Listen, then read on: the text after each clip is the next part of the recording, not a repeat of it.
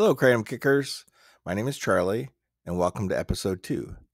As promised, we have our first guest today, Elliot, who will celebrate 12 months clean in June 2023, just next month. After the interview, I have several Kratom in the headlines to share, as well as a couple of resources of the week. Before we get started, here are some things to note. First, personally, I'm at day 45 in my Kratom quit, and my physical symptoms seem to be mostly gone. The first 10 days were the hardest, and insomnia and GI issues were the most challenging. When I say GI, essentially don't trust a fart in those early days of getting off Kratom. Today, 6 weeks plus in, the real battle seems to be mental. Even though I'm doing a lot of recovery work and started this Kratom abstinence podcast, on several occasions over the last couple days, my addled brain produced thoughts such as, just one would take the edge off, or it wasn't as bad as I made it out to be. Pure lunacy, just craziness. The substance gets its hooks in you and distorts rational thought. Reminds me of the 12-step parable of the chronic jaywalker, who keeps jaywalking despite multiple broken bones and other consequences for not using the sidewalk at the crosswalk.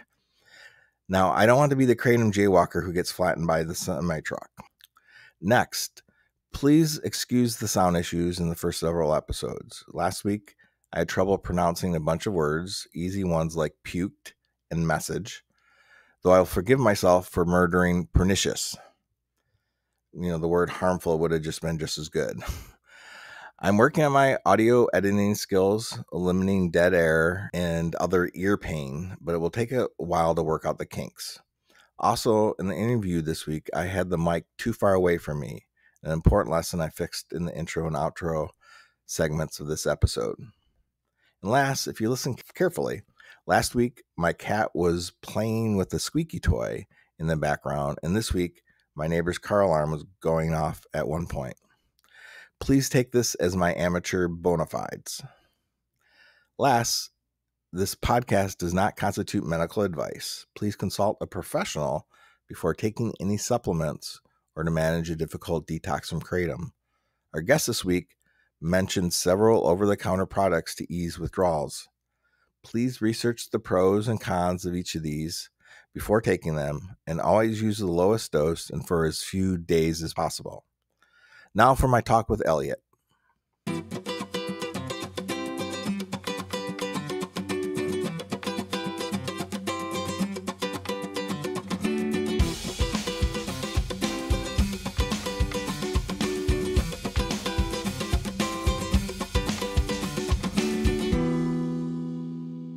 Greetings. I'm very excited to welcome the very first guest to the Kratom Sobriety podcast, Elliot. I met him sort of on the deep depths of the internet, where sometimes mischief is take place at a Discord server, but one dedicated to quitting Kratom. And Elliot was sort of a mentor to me, especially like in February when I first got there. I think for a couple weeks there, every other day was my first day. And then sometimes I'd make it through a day or two. And then sometimes by noon, I would delete my post, and then Elliot would DM me and he's like, "What's going on, dude?"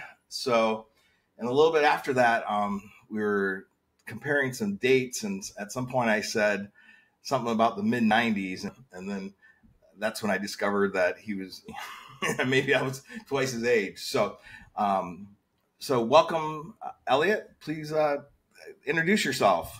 Hey, Charlie. So I'm Elliot, a 25-year-old guy. As in regards to what I do and who I am, pretty blue collar guy, but I didn't see myself starting that way. Right out of school, I was an insurance agent for 2 years, so kind of a white collar background. So I do have a little bit of experience talking on the phone and being not completely socially awkward. So I apologize if I stammer. It's been a while since I've been in any type of where social grace was super needed.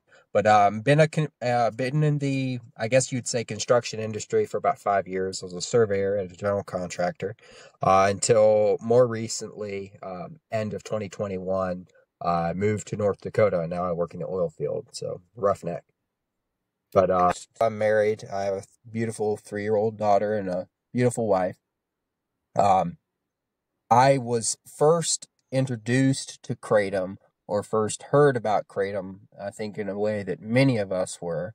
Um, I ran across it at a gas station. It was the bottle. It was called Vicodin. It was a kratom extract. It probably had about 30 or 40 grams of metragenine in there. And I drank it. If any of you are in Virginia, it was at the Quickie there at the end of Kemper Street in Lynchburg. And it was on an empty stomach. I hadn't eaten all day. We drove about 5 miles down to the Sheets. My wife wanted a hot dog.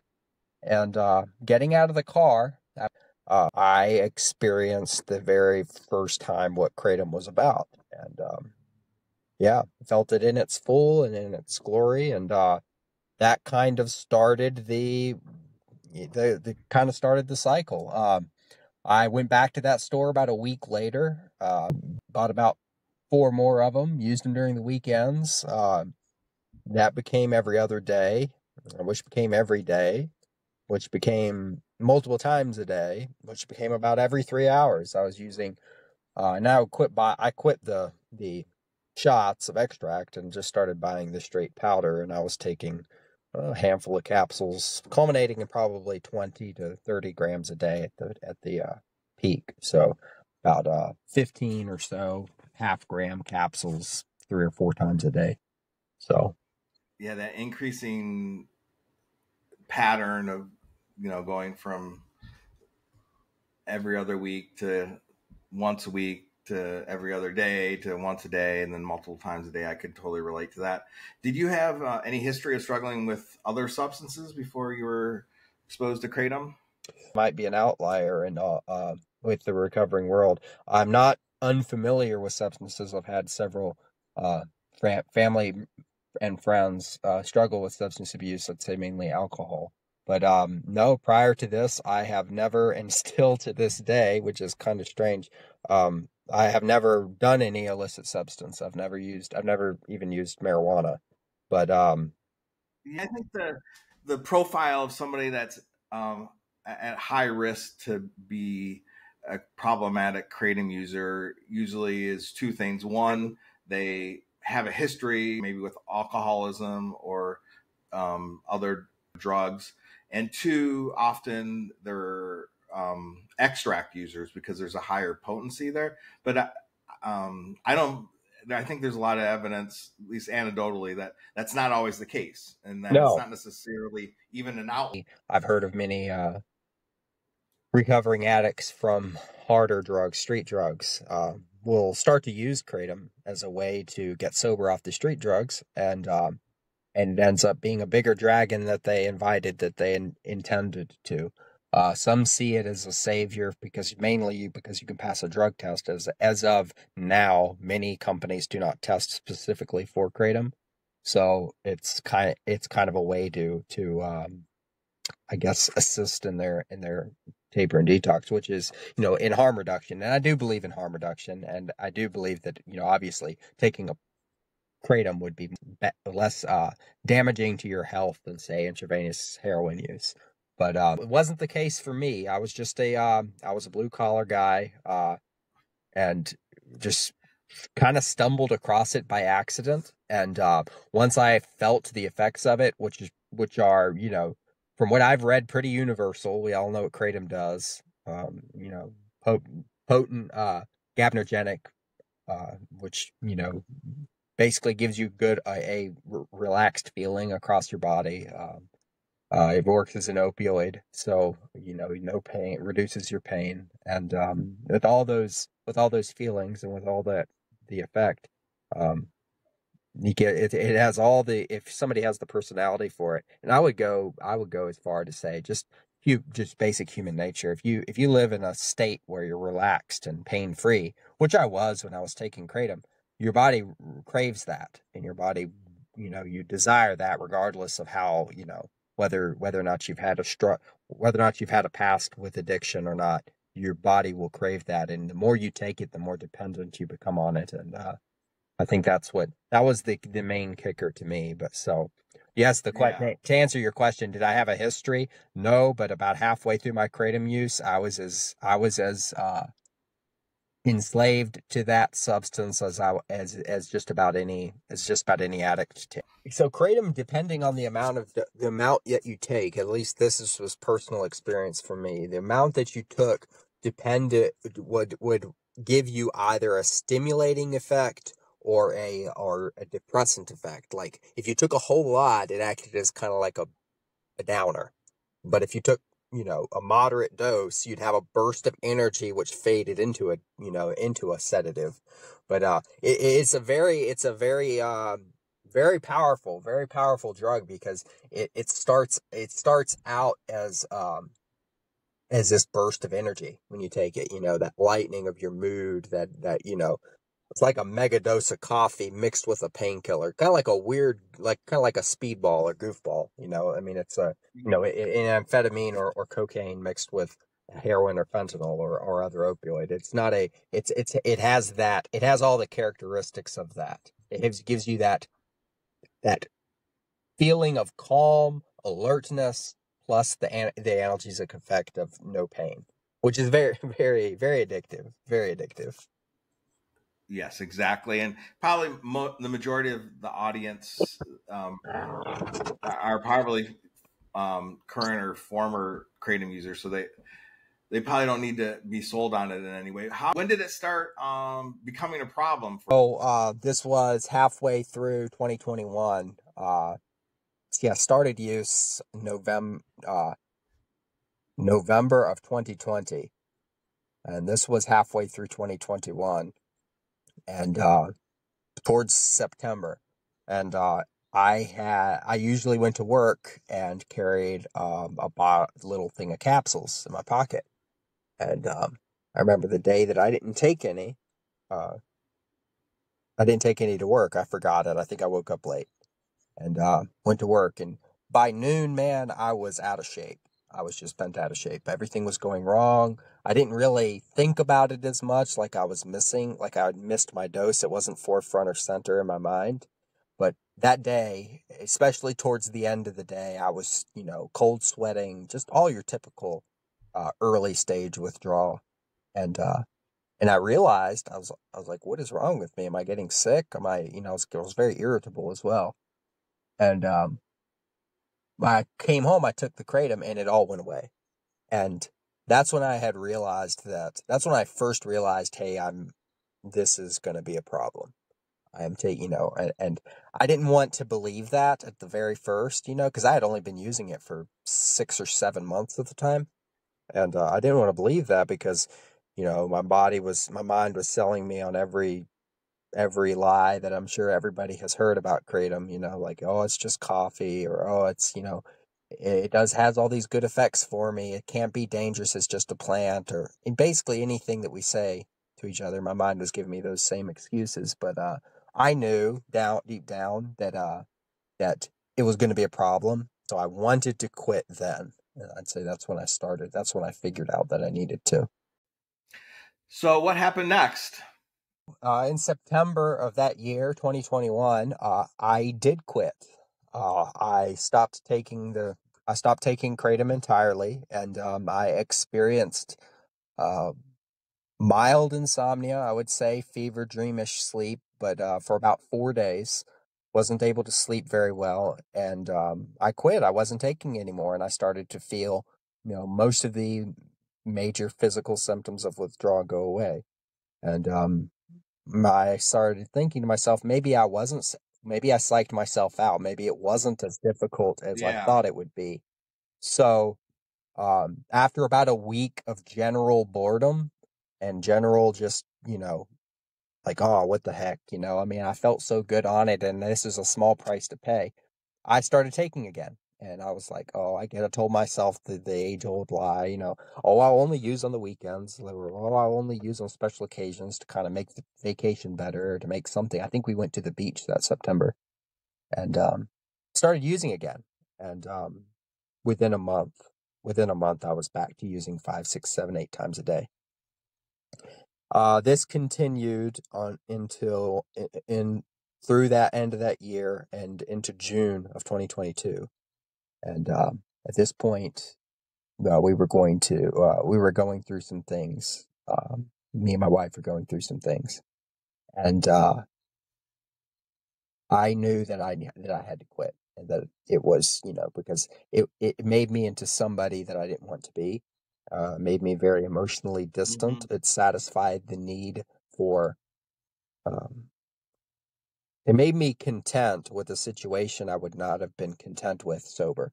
And I think anybody that can relate to, with that has any sort of issue with substance abuse can understand that. It made me content with a situation that I was not content with. And I knew I needed to quit. June 17th is when I started a massive taper. I was taking probably 30 grams a day, and I cut it to 2 grams. So 4 capsules, 2 in the day, 2 in the morning when I woke up, and 2 in the evening.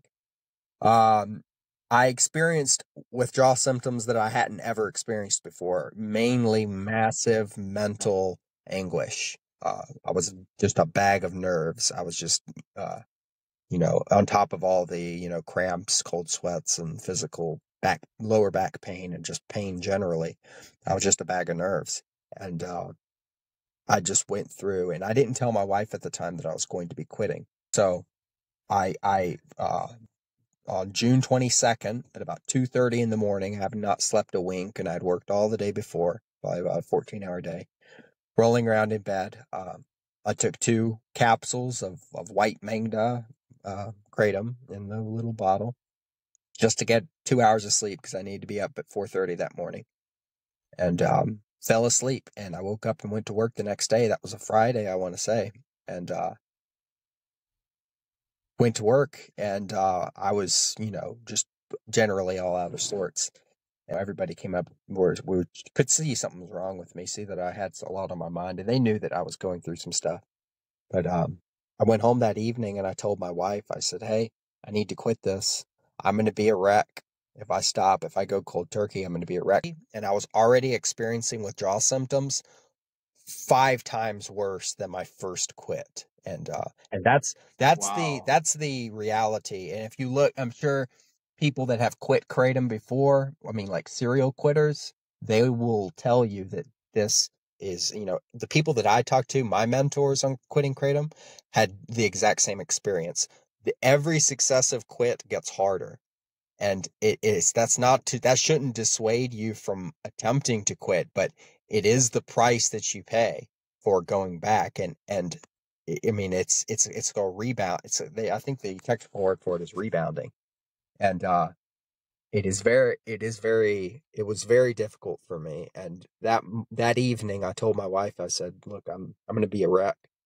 And, she said, I'll be with you, through it thick and thin. And, I'll support you however. I don't know exactly what to do, but I'll support you however I can. June 22nd at 2:30 was the last time I ever took kratom of 2022. The next week, I would say, was one of the hardest weeks of my life. Just everything was amplified. I felt like the world was simultaneously ending, and just the world was crashing around me. I pretty much couldn't get out of bed. Called my boss and said I had to take the week off. And I felt terrible. I had massive world-ending anxiety I'd never quite felt before. And I've had some stuff happen in my lifetime. My brother took his life uh, 2 years prior to that, and that was a very, very strong emotional turmoil. But I would not say purely for emotional turmoil, it did not compare to what that first week was like. And I didn't have necessarily anything wrong with my life at the time, other than aside than my marriage was in bad shape because I had neglected it. And, but nobody was dying. Nothing was happening. I felt like the world was ending. The malaise was really strong, and then yeah, and at times it's sort of like almost like a real sense of doom. And yeah, before we get too far along, sorry about your brother, and that's a major loss. But what did you do with the withdrawals? Was there anything you could do to help ease Okay, those? so when I couldn't sleep, as in like, I didn't expect to sleep because I didn't sleep the first time that I had quit. So after about 2 days of like complete total sleeplessness, thrashing around in the bed, what I discovered was if you take a really hot shower, like if it gets unbearable, like you just say, I can't take it anymore, and I didn't have any kratom. I threw my kratom away and at the beginning of this, and I said, I was like, if I can't get, if it got to the point where like I gotta go to the store and get something, man, I can't do, if it got to that point, what I would do is I'd turn the shower up as hot as I could stand it, stay in there for as long as I could stand it, and then get out, like turn it to cold at the very end or turn it to lukewarm at the very end, and then get back into the bed. And that gave me about 5 minutes of temporary relief. Um, Funnily enough, yeah, mentally and physically, it relaxed me and just calmed me down. Um, that combination of hot and cold. And but I ordered all the supplements, and I'm sure anybody who's looked into kratom knows all about it. Uh, Mainly the vitamin C megadosing. I did that. I did the black seed oil. I did magnesium, usually in the form of citrate or glycinate. I did the I got dopamucuna, which is mucuna purins. It's an extract of the velvet bean, and that has is levodopa or L-dopa. It's the immediate precursor to dopamine, which is the one of the major neurotransmitters that kratom targets. And I would strongly advise people to do research into this and ask medical professionals about what exactly, what the risk of taking these types of supplements are.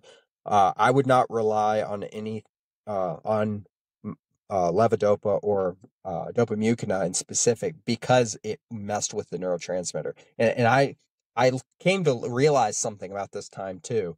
Everything that you do has a price to it. There is no free good feeling. If you're not doing something that your body's naturally excreting a neurotransmitter such as dopamine or serotonin, if your body's not naturally putting that out, and even in some cases, things that your body does excrete dopamine or your dopamine neurotransmitters are firing more often, like, for some people it's gaming, for some people it's having sex, for some people it's, whatever your vice is that you do, gambling, those too can become addiction. So when you're dealing with things that spur that neurotransmitter and biological loop into action, you really got to be careful. And you sure is all get out, best not be taking something that artificially gives that feeling to you, or that is the addiction makeup. I'd strongly advise caution with the dopamucin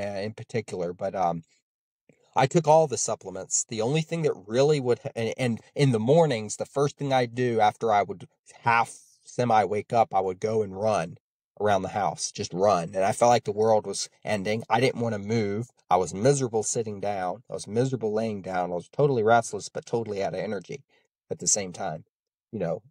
Typical withdrawal. And I'd run around. And on the seventh day, I'd say, well, really the eighth day, because it was the full seventh, and the following Saturday after that, Friday, um, it's like 80% of the mental aspect broke for me. It just broke. It just went away, like or significantly reduced on the seventh day. To the 21st day, I felt in terrible state physically, unable to get comfortable, legs flailing everywhere, heart rate weird, cold sweats, very, very bad insomnia, like couldn't sleep, couldn't get comfortable. And this continued till about day 30, I would say. And then that's at the point I took dopamucina for 2 days. 2 capsules of the Now brand on Amazon. It's like $12 for a 60 count bottle. And I took 2. And the day that I took 2 of them, it's like my withdrawal went away. And that's what really scared me from taking it again. And I did a lot of research into it. And most of the people that I knew that had took it give the same standard warnings. Don't take it more than 4 days in a row. Don't start mega dosing it. Don't let it become your new kratom, and so that's why I put such a strong word of caution on it. But it did help the day that I took it. And the withdrawals came back after about 24 hours, I would say.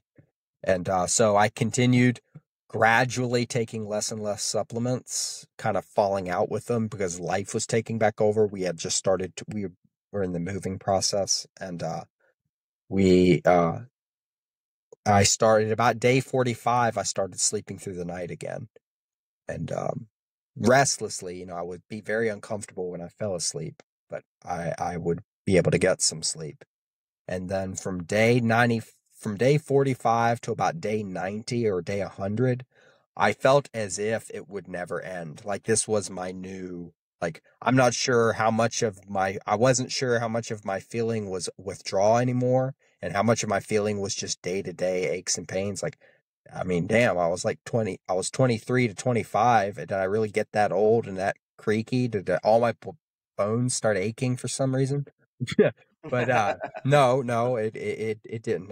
After about from day 100 to about day 200, I would say incrementally, day by day, it got better. Like maybe a 1% better a day, and then that lasted to about day 100, and then really from about day 250 to day 300, where I am now.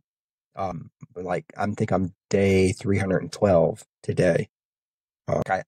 I feel about how I did beforehand, and that took about 200 days to really accomplish. And there's a lot of misinformation about kratom, about a timeline of like 3 days for withdrawal, and it'll be at once it's out of your system. Literally, as soon as mitragynine is eliminated from your bloodstream, suddenly your withdrawal goes away, and that's totally not true. That's totally not true.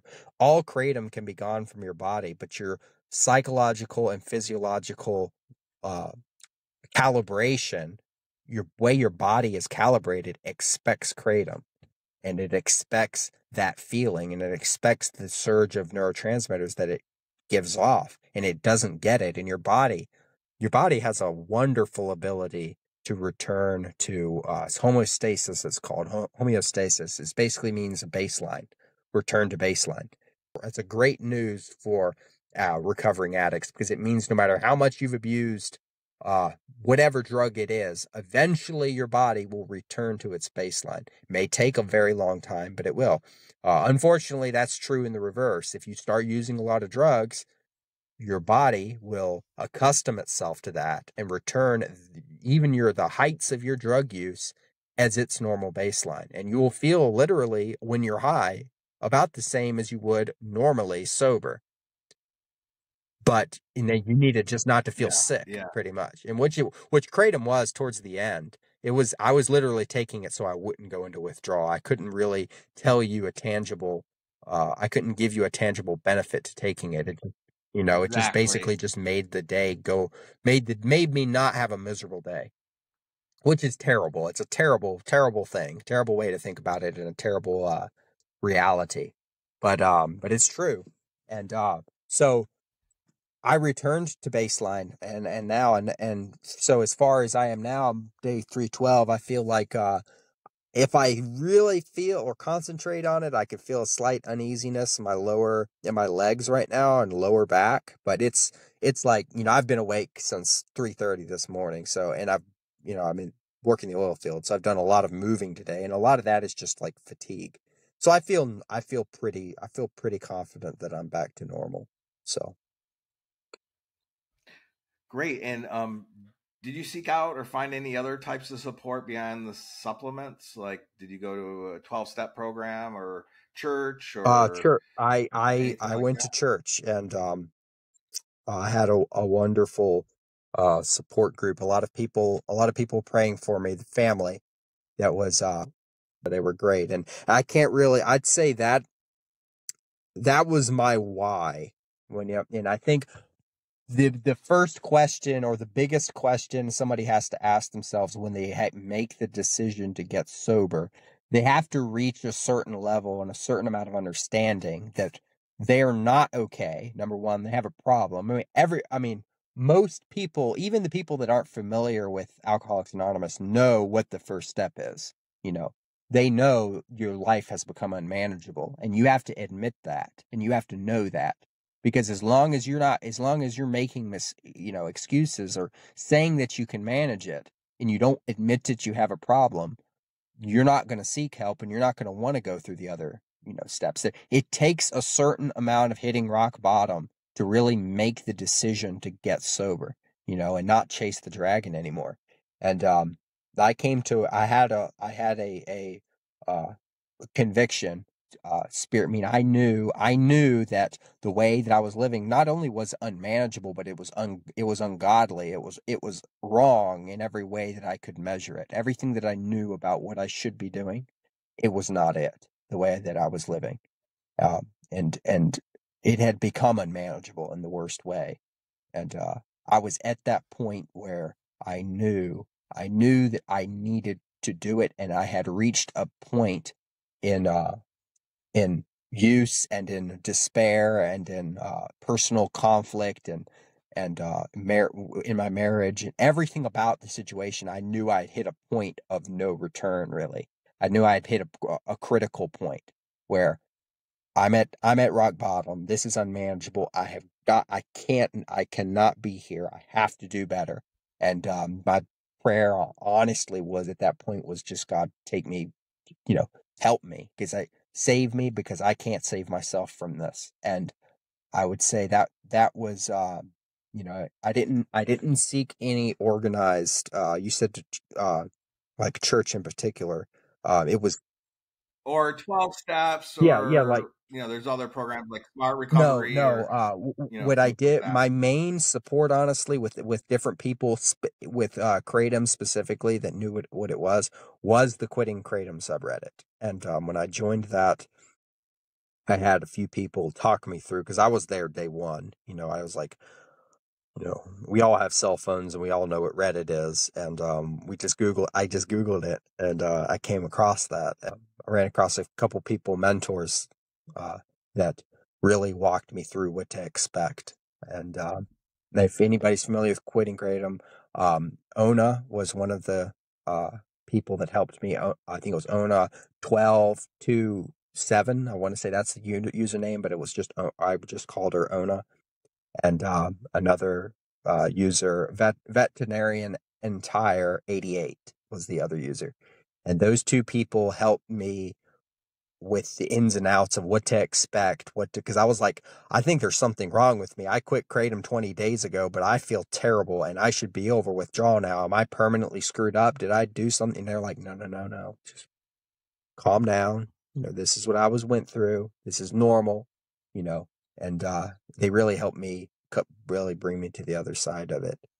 But yeah, and I had a lot of, I have my family, my wife particularly, praying for me and just helping me. I think it's important not to have to do it alone, whether it's Yeah. online support or family support or other institutions in Yeah. the community. What is your best advice for someone getting ready to quit Kratom? My best advice for them: find out the reason that you're doing it. If the reason's for money or simply that you can't afford it, that's not saying that's a bad reason, but is it a reason that will keep you sober when you're over the withdrawal?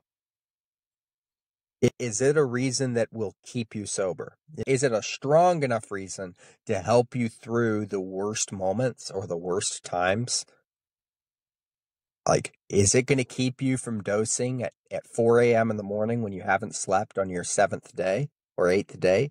Is that reason going to be strong enough to fall back to? Or is it something, are you doing it for a tolerance break, or are you doing it to stay sober? And I know a lot of people have taken tolerance breaks. I know that's a big thing in the Kratom community. And a lot of people quit Kratom because of financial reasons. But the best piece of advice I'd say is, number one, really dig deep and examine your life and examine the way that you're living in regards to Kratom and taking Kratom, and ask yourself, is this really what you want? Because Kratom use and any drug use long-term is unsustainable.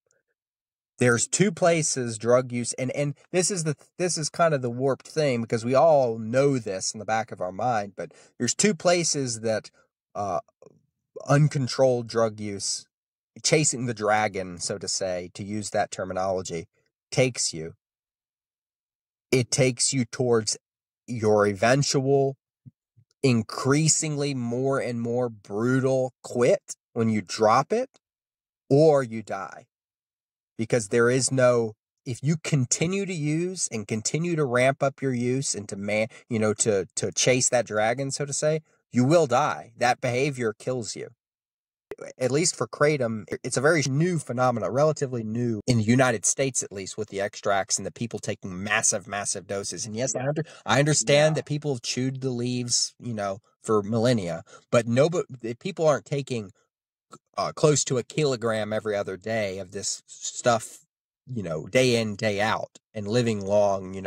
We don't know what the long-term repercussions of this. Alcohol, same deal. Illicit drugs, same deal. Every time you use, and every time the more and more that you chase that high, and that you continue with that lifestyle, the closer you get to one of those two outcomes. Because you're eventually either going to have to quit it when the constipation, the hair loss, the kidney failure, all your main issues that heavy kratom use brings you.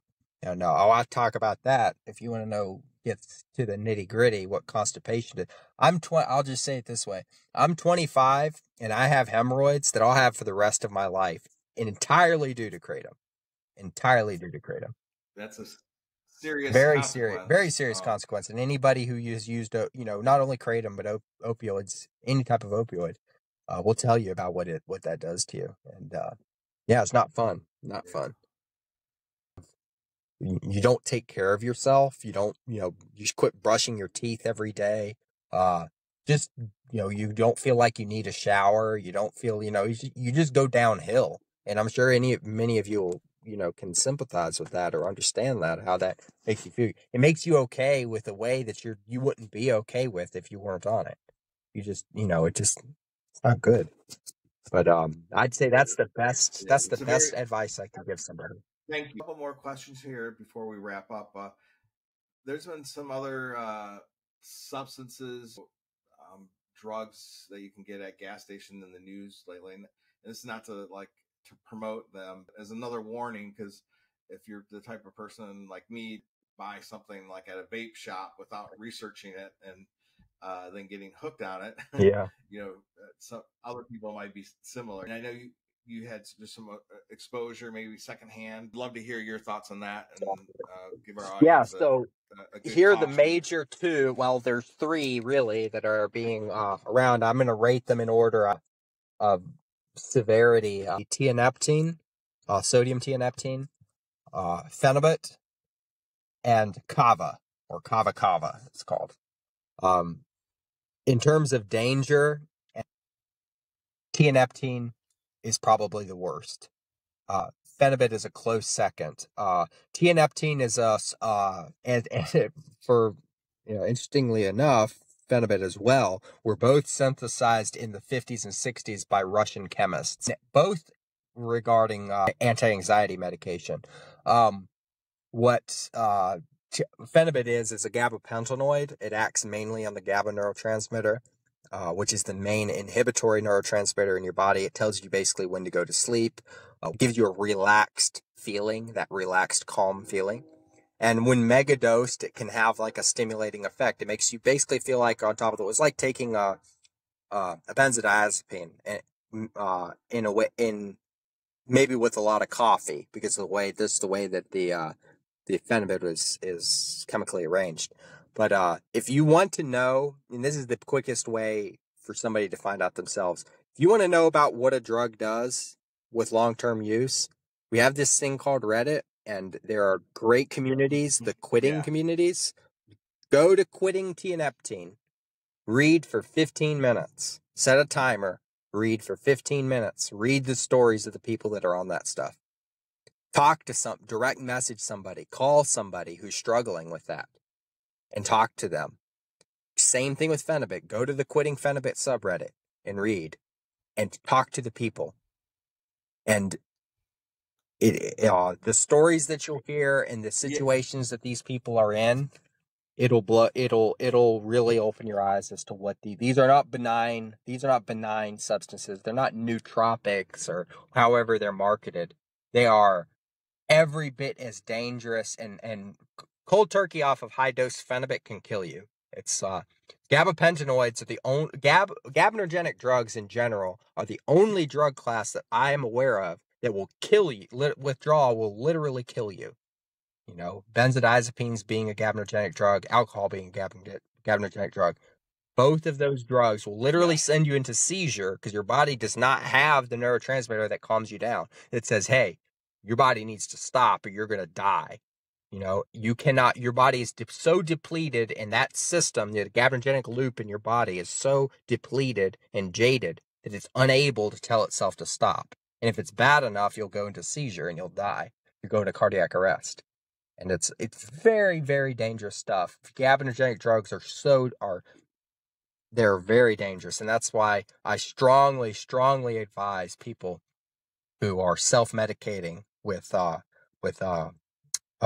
gabapentin. For one, you'll see a lot of people that'll say gabapentin, man, it clears those withdrawals right up. Yes, but do you want a gabapentin dependence? Do you want a Lyrica dependence or pregabalin dependence? Is that what you want? Go to those subreddits. Go to Quitting Lyrica and read and listen to the people that have been on Lyrica for 10 years or for 5 years or got a hold of their parents' prescription and have been snorting the pills, and see how it's going for them. It's not going well. It's going very badly for them. Yeah. I think it is important to get that message out there. While you're coming down Kratom, it can be tempted to try some other things to ease your withdrawals, and many can cause a bigger problem and a transfer addiction. If you're looking for something else to take recreationally, I mean, not only can you get those like at some of those items, you know, at a vape shop or a gas station, you can buy it on the internet. Want to avoid that path as well as sort of as a replacement. Yes. After you get clean from Kratom, you don't want to start on a new something that's going to create a mess in your life. So. Ask yourself that question again. Ask yourself the question, why am I doing this? Do I really want to get off Kratom at the expense of starting alcohol? You know, a lot of people have done that too. Do I want to make a decision for sobriety, to be sober? And I do understand at the same time with harm reduction. You know, obviously we would rather, you know, like I know a lot of people that use THC recreationally as a way to fill that gap. Like, instead of reaching for Kratom, they'll reach for like a dispensary pen or something. And I'm not knocking those people. If that works for those people, that's fine.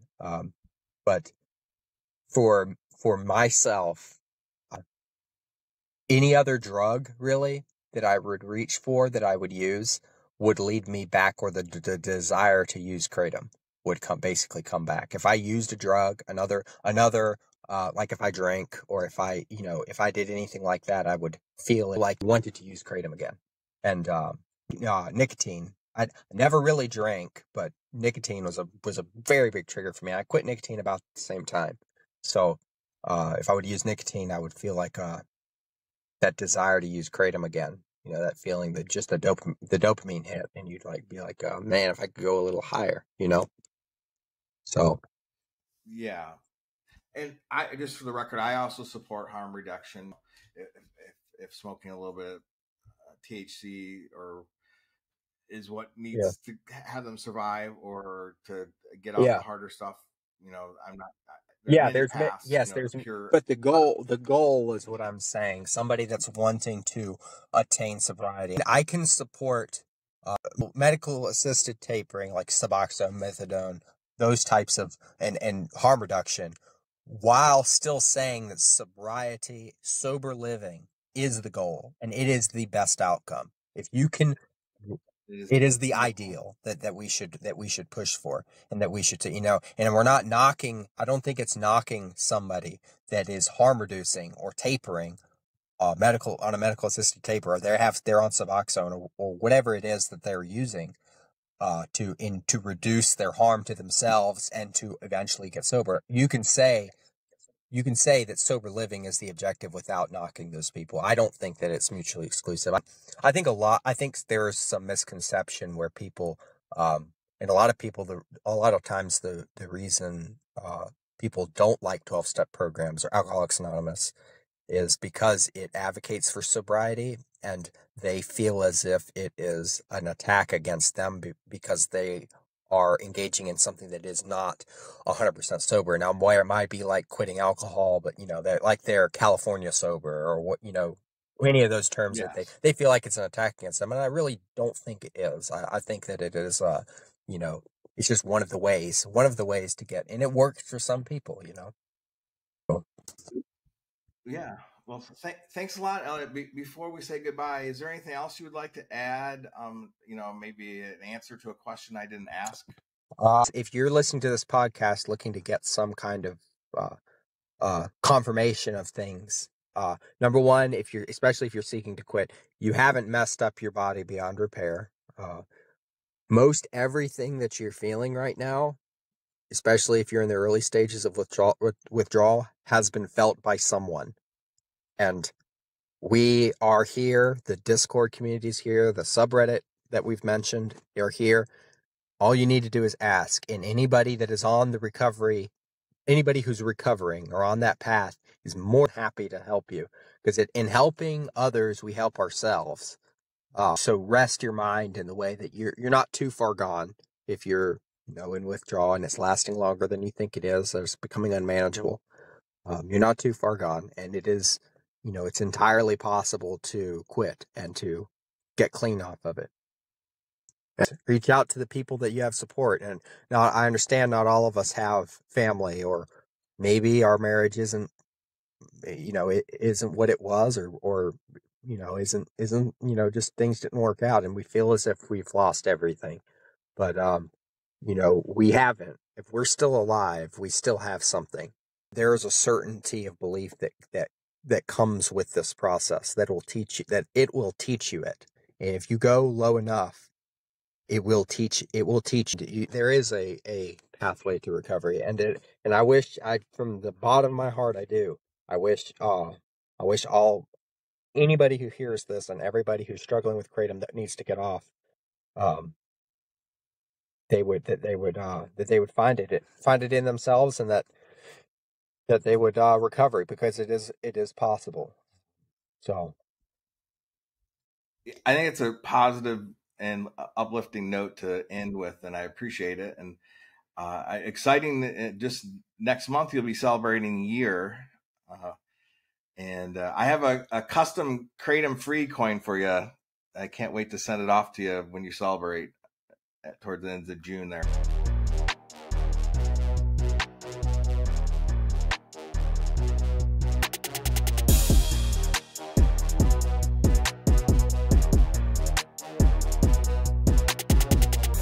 Time for Kratom in the headlines. I have two news bits for you.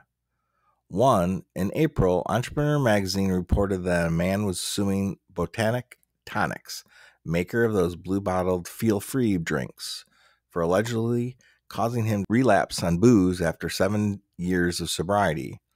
The lawsuit states within 3 months he was drinking 10 feel-free tonics a day and spending $3,000 a month on the drink. Part of the claim is that the maker and 7-Eleven, where he bought the feel-frees, downplayed or hid that the drink had kratom.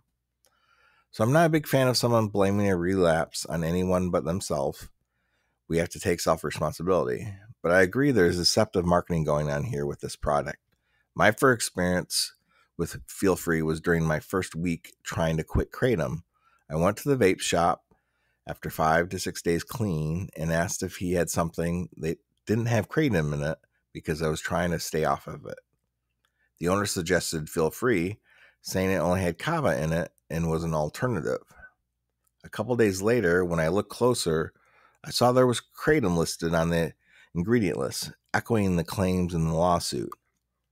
Another time, I went to another smoke shop and asked the same question out of curiosity. The worker suggested the same product, but I pointed out to him the ingredient list on the back. He was surprised, and I believed him. He told me that the supplier told them it was only a kava drink. In related news, several outlets reported that on May 2nd, 2023, the Northern District of Oklahoma stated that the U.S. Marshals and the FDA and their investigative team seized over $3 million worth of products containing kratom from the makers of Feel Free. Based on that report, dietary supplements and bulk dietary ingredients were taken, including more than 1,000 kilograms of bulk kratom. At present, there's not much more to share on this reporting about the seizure. As these headlines demonstrate, in general, I believe it shows that kratom needs to be more closely regulated. I'm in favor of curbing the sales of extract shots in particular, and there should be more explicit warning labels about the risks of kratom, at least. I am skeptical about banning kratom because then it will just be sold underground, compromising its safety both for responsible kratom users as well as kratom addicts who haven't found recovery yet.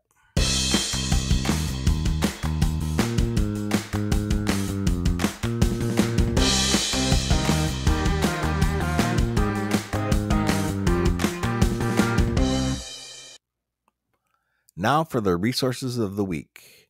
First, I discovered there's actually a quitting Feel Free subreddit now.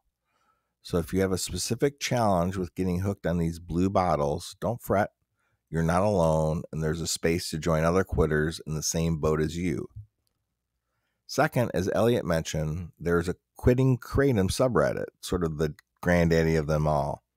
And I'm going to link specifically to their supplement guide to give you more information so you can follow up on some of this week's guest suggestions. Third, Elliot and I met on the Quitting Kratom Discord channel. The teens in my house, when they saw I had a Discord open on my computer, sort of made a snarky remark that it was cool because they use Discord too for gaming. I will put a link in the show notes so you can find your way to the Discord channel if you want. Last, I will share a link to a piece by Vice News about the dangers of Tia and Zaza, which appears to be usurping kratom and is now becoming known as the gas station heroin. Okay, that's a wrap for today. If you want, please leave a voice message at 313-437-7720 or send an email or audio file to kratomsobriety@gmail.com. If you have an anniversary to celebrate, I have a kratom custom coin just for you.